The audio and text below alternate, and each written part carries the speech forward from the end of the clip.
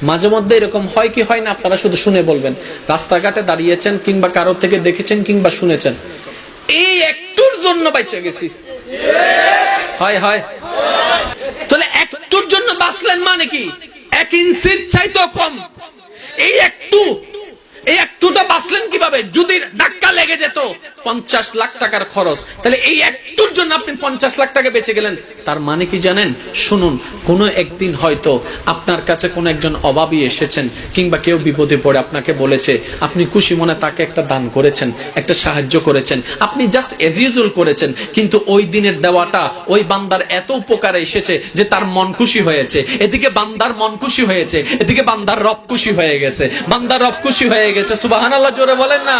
এদিকে বান্দার মন খুশি হয়েছে, এদিকে বান্দার রব খুশি হয়েছে। এদিকে বান্দার রব যখন খুশি হয়েছে, আপনি তো আপনার কাজ করতে আছেন। আপনার ওই দিনের যে বিপদটা ছিল, রব্বে করিম বলে, ও আমার ফেরেশতা, ওই দিনের ওই তারিখের ওই বিপদটা কেটে এইভাবে সেটিং করে দাও, এইভাবে সেটিং করে দাও, এইভাবে সাজিয়ে দাও, এইভাবে সাজাই দেওয়া হলো। তাই আপনি একটুর জন্য বেঁচে গেলেন। দিলেন 5 টাকা, বেঁচে গেল 50 লাখ টাকা। এবার নবীর হাদিস আওয়াজ দিয়ে বলে, as-সাদকাতু তারাদ্দুল বালা।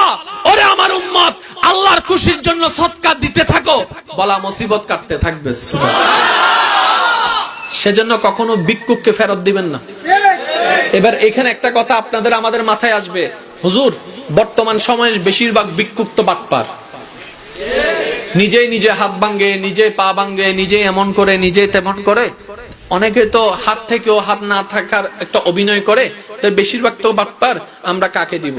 আমি শুধু শ্রদ্ধার সাথে বলবো, বাটপারি যদি সে করে থাকে, সে জানে, তার রব জানে। সে যদি আপনাকে আমাকে মিথ্যা বলে থাকে, সে জানে, তার রব জানে। আমাদের সেদিকে দেখার দরকার নেই। পারলে সাহায্য করব, যদি না পারি অন্তত সুন্দর একটা ব্যবহার দিয়ে বিদায় দিব। কাকে? ভিক্ষুককে নয়, আল্লাহর বান্দাকে।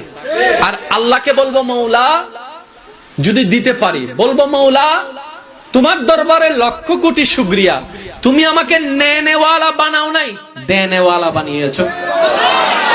এবার আওয়াজ দিয়ে বলেন, আপনার আমার ঘরে যা আছে, যারাই আছে পরিবারের মেম্বার, স্ত্রী হোক, সন্তান হোক, মা হোক, বাবা হোক, ওরা কি আমাদের আপনজন নাকি আল্লাহর বেশি আপন? জোরে বলেন না, কার বেশি আপন?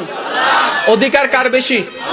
আপনার সন্তানের উপর আপনার অধিকার বেশি না আল্লাহর অধিকার বেশি? আমাদের স্ত্রীর উপর আমাদের অধিকার বেশি না আল্লাহর অধিকার বেশি? তাহলে আল্লাহর যা ইচ্ছা তা করবে। আল্লাহর যা ইচ্ছা, যেমন ইচ্ছা তেমন করবে। আঙ্গুল তোলার অধিকার আমাদের নাই। তাই তো সবচাইতে বড় বাস্তবতা